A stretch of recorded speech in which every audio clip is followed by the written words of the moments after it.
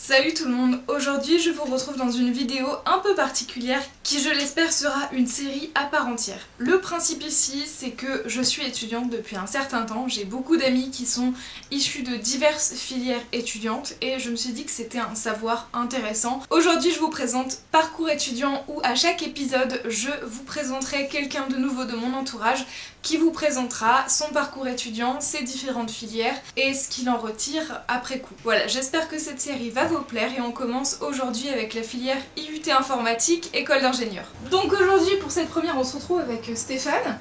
Donc à partir du bac, quel est déjà ton parcours étudiant? Alors j'ai fait un bac S, SI, j'ai eu 11 ou 13, je sais plus, enfin j'ai eu assez bien.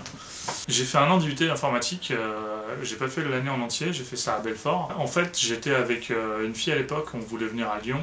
À l'INSA, et elle n'avait pas été prise à l'INSA. Moi j'avais trouvé un truc à Belfort, donc du coup je m'étais inscrit là-bas. Et en cours d'année, j'ai appris l'existence d'une école qui venait d'ouvrir à Lyon, qui s'appelle Epitech, qui était une école qui n'existait que à Paris jusque-là. Et c'est ma copine de l'époque qui avait fait une journée porte ouverte et qui m'avait ramené la brochure. Elle m'a fait regarde, c'est trop bien, ils font de l'informatique, ils font de la robotique et tout. J'étais en mode oh, ça a l'air trop cool. Du coup je me suis renseigné, je les ai appelés, je me suis inscrit, j'ai passé un entretien à Lyon et puis du coup j'ai été pris. Et du coup à partir du moment où je savais que j'étais pris, je sais plus trop quel moment de l'année c'était, ça devait être avril ou mai je crois, j'ai un peu arrêté d'aller en cours à l'IUT parce que ça me servait plus à rien, donc en fait j'allais juste au cours d'anglais parce que je trouvais ça cool.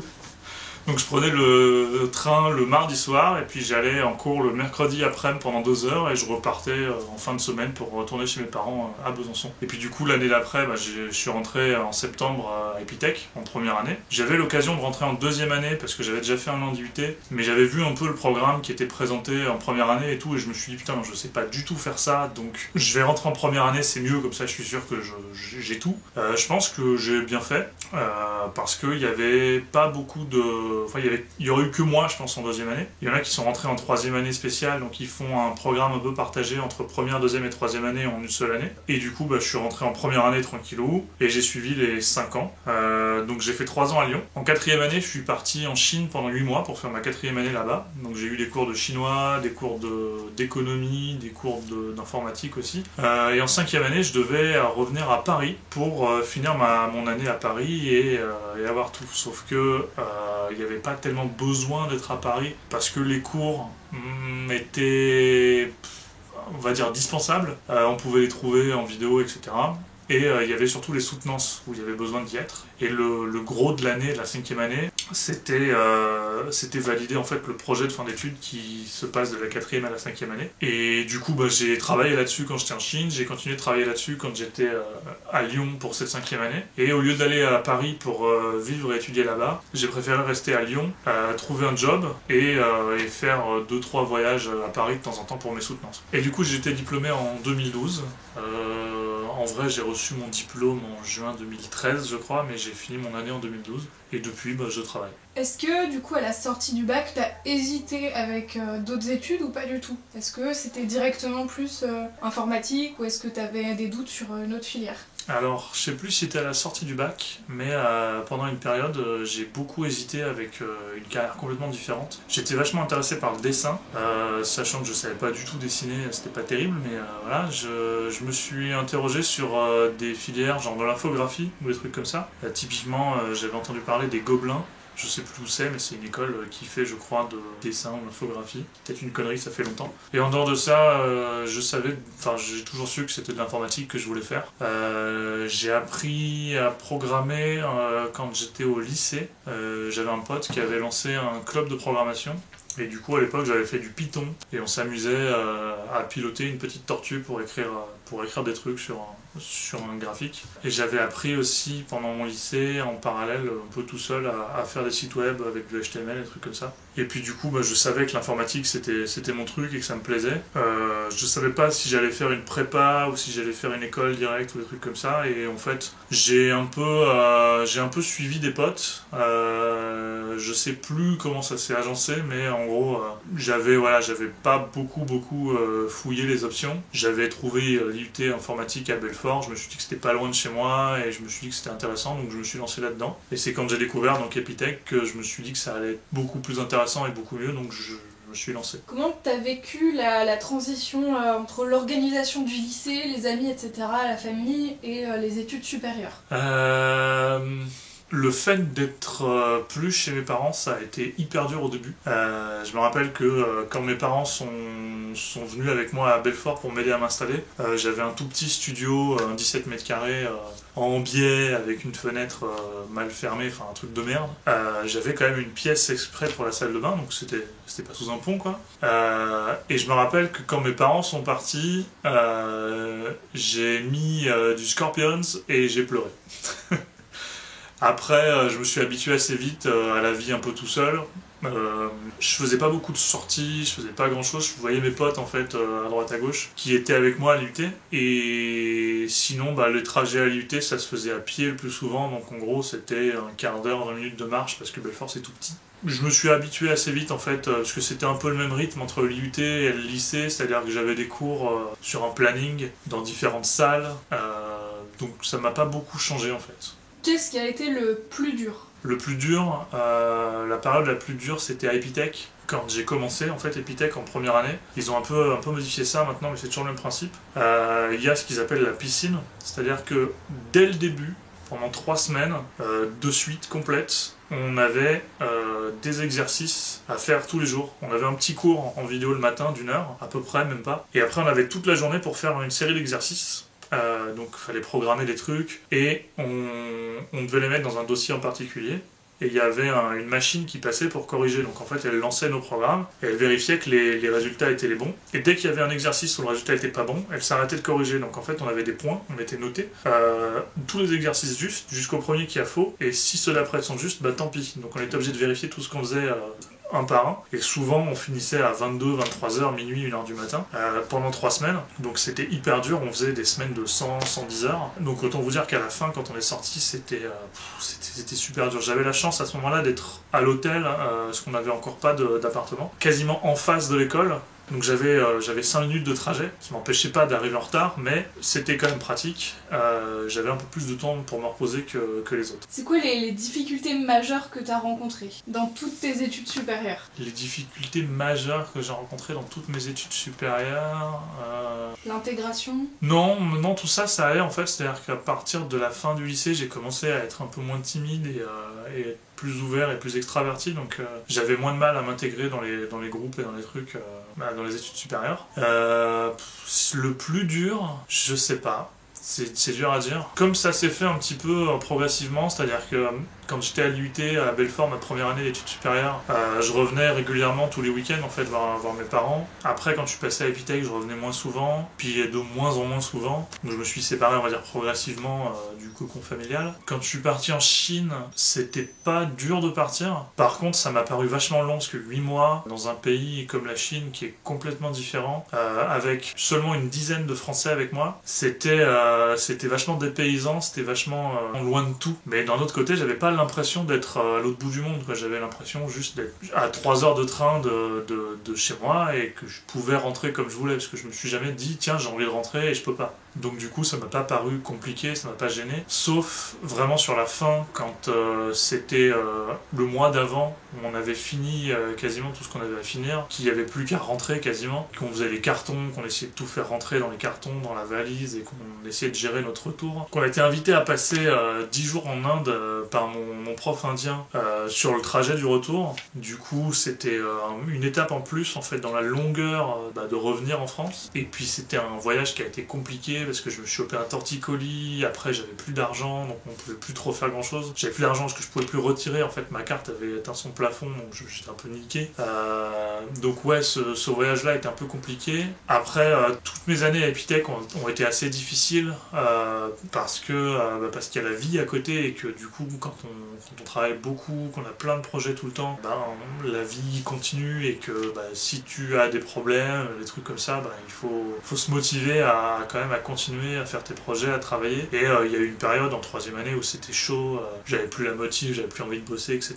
Puis c'est revenu finalement. J'ai pas l'impression d'avoir vraiment galéré beaucoup sur mes études, quoi. Est-ce que comme t'es parti progressivement, du coup c'était plus facile d'être autonome ou est-ce que ça a quand même été une petite difficulté? Non, je pense que ça n'a pas été trop galère, parce qu'au final, j'ai pas beaucoup de besoins. Quand j'étais à Belfort, j'étais pas très loin du centre commercial, j'avais un carrefour à côté, je crois, un truc comme ça. J'avais des amis, il y en avait un qui habitait juste au-dessus de chez moi, j'avais une amie qui était dans le bâtiment à côté. Il y avait juste un de nos potes qui habitait de l'autre côté de la ville, donc du coup c'était un peu chiant, mais on n'avait pas trop de mal à se voir. Et pour l'organisation, grosso modo, je pense que le plus dur c'était de prendre l'habitude de faire des trucs que j'avais pas l'habitude de faire quand j'étais chez mes parents, genre la vaisselle ou des trucs comme ça. Pour le linge sale, je le ramenais à ma mère le week-end. Et puis progressivement, du coup, comme je rentrais moins souvent, j'ai eu une machine à laver chez moi, donc je faisais ma lessive. Et puis après, c'est juste une question de se rendre compte que voilà, on a besoin de certains trucs. Par exemple, ah bah tiens, il faut que je mange, ça peut servir. Du coup, je vais faire les courses. Et puis pendant que j'y suis, pour pas me faire chier, je fais les courses pour la semaine. Puis du coup, j'achète les trucs dont j'ai envie et je les mets au frigo et voilà. Après, pour le reste, j'avais pas besoin de grand chose, quoi. Du coup, j'avais pas besoin de beaucoup d'autonomie. Je passais pas mal de temps sur mon PC. Et quand on sortait avec des potes, on s'organisait entre nous en disant tiens, on va faire une sortie et voilà. Mais en dehors de ça, il y avait pas de grand chose à faire. Donc après, comment est-ce que tu as vécu finalement la transition fin d'études, emménagement et début de vie active? Pour moi, il n'y a pas vraiment eu de transition en fait, parce que déjà emménagement c'était fait avant pour les études.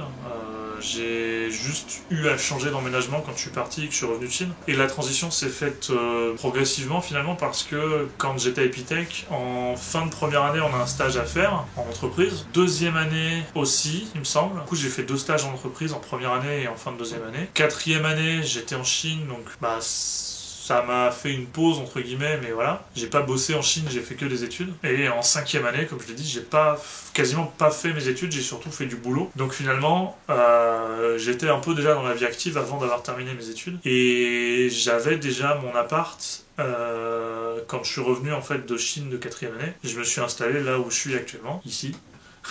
Et j'y suis depuis. Qu'est-ce que tu retires du coup personnellement de tes études en plus de ton diplôme? Des dettes à la banque. Et en vrai, ça me manque un peu. C'était une ambiance cool, surtout à Epitech, parce que c'est une école un peu particulière où la plupart du temps on va y être pour bosser toute la journée, puis des fois la nuit.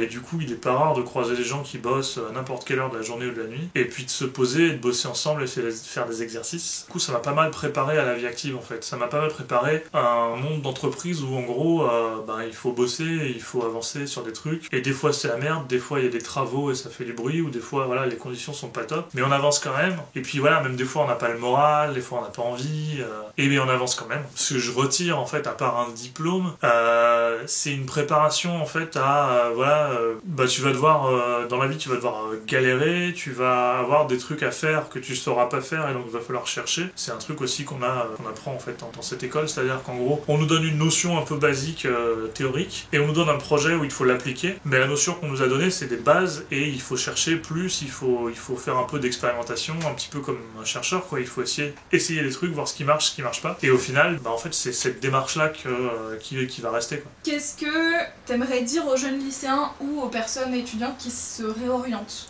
Restez à l'école. Non, Profitez quand vous êtes à l'école, puisque c'est un truc qui va normalement pas durer toute la vie. Et puis ça peut paraître un peu chiant, surtout quand on sort du lycée. Voilà, il y a des moments qui sont pourris. Enfin, moi, mon lycée, c'était pourrave. Pas le lycée lui-même, mais la période était pourrave. Les gens étaient pas super sympas entre eux, voire pas du tout sympas entre eux.